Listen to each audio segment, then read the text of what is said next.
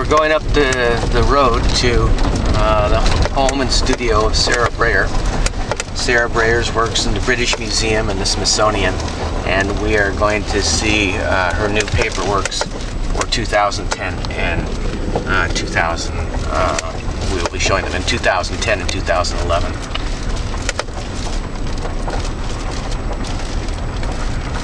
All right. So we're going to do these questions, and my first my first statement and question for you.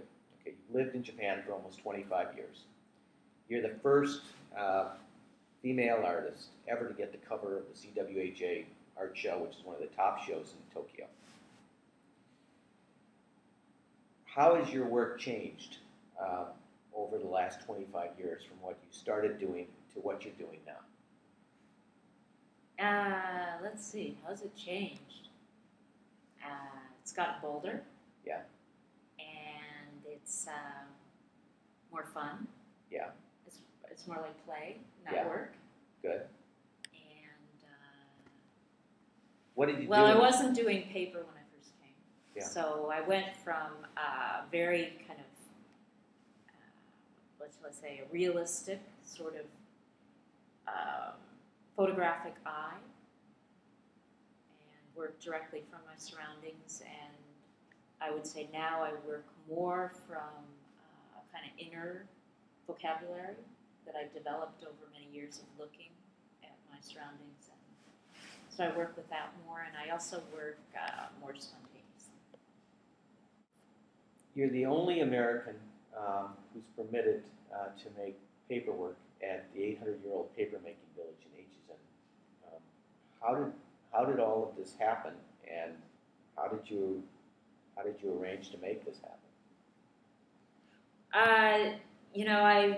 I love Japanese paper and the texture and the quality of it. And initially I started to try to paint on it. And I did not have good results. Wasn't happy. And I realized that there was something more interesting about paper.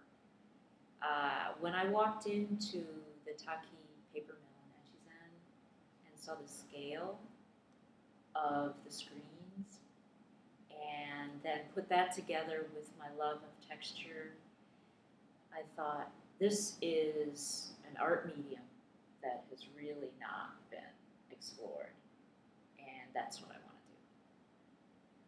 So I asked them. Why'd they say yes? Because they're nice people. Did you have to go back there many, many times before? You mean like a Zen temple? To the paper, yeah, sort of. But did you have to go back to this paper making village, because in Japan, usually there's an introduction kind of period and. Oh, I see. No, it's interesting. I made my own introduction because what happened was the owner of the paper shop lived in my neighborhood, and I would go to him to buy washi. Yeah.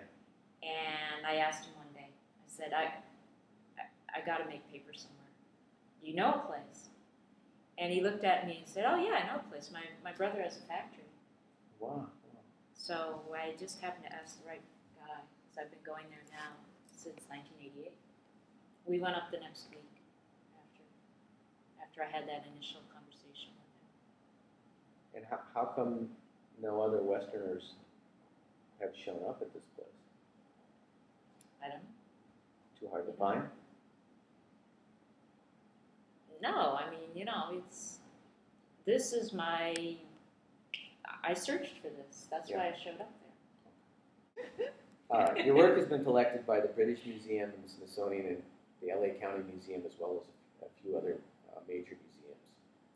If you could make any of your dreams come true, what would be the ultimate exhibition? Wow, that's a good question. The ultimate exhibition. Well, I would need a dark room. You would need a dark room? I would need a dark room. Why is that? Why is that? Because I have to show my latest luminescent pieces. Okay. What do these pieces do? They glow in numerous ways. And how did you make them do that? It's in the magic. About what's in the dye that you're using? No dyes. This is I'm working with some phosphorescent pigments. And so the image looks like one thing during the day, and it looks completely different during the evening. It does look different in the evening, yeah. But both are equally as important. And how did you come up with this idea, or did it just happen by accident? Or? It didn't just happen by accident. I mean, I was given the pigments to experiment with by someone who thought it would be something I'd be interested in. And so it fed right into my history of taking things and mixing them with washi and seeing what happens.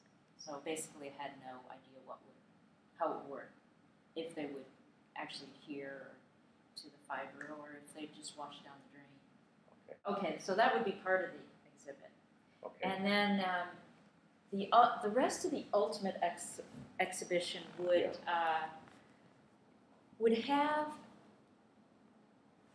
a certain scale space, would be large but not too large, and would have very sophisticated lighting.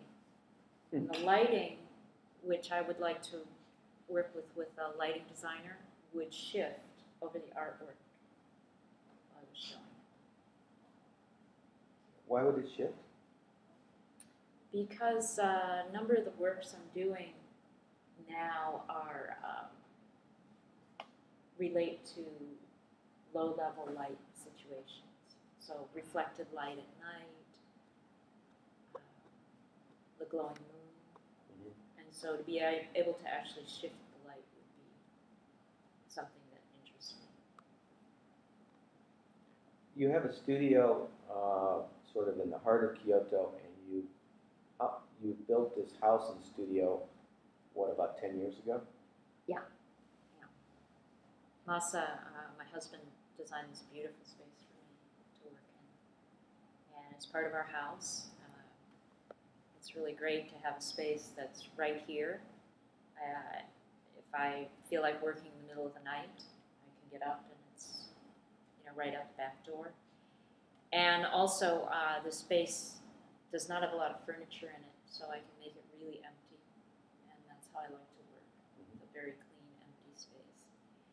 My print studio in town has an etching press in it. The press is big, yeah. It really dominates the space, but it's, it's great for that too. It's a very beautiful fortunate open space to see these paperworks. The last question I have for you. Okay. You've been working with the Verne Gallery for almost 25 years. What makes this gallery special? I think galleries are all about relationship. Yes. So you make the gallery special. That's good. That's good.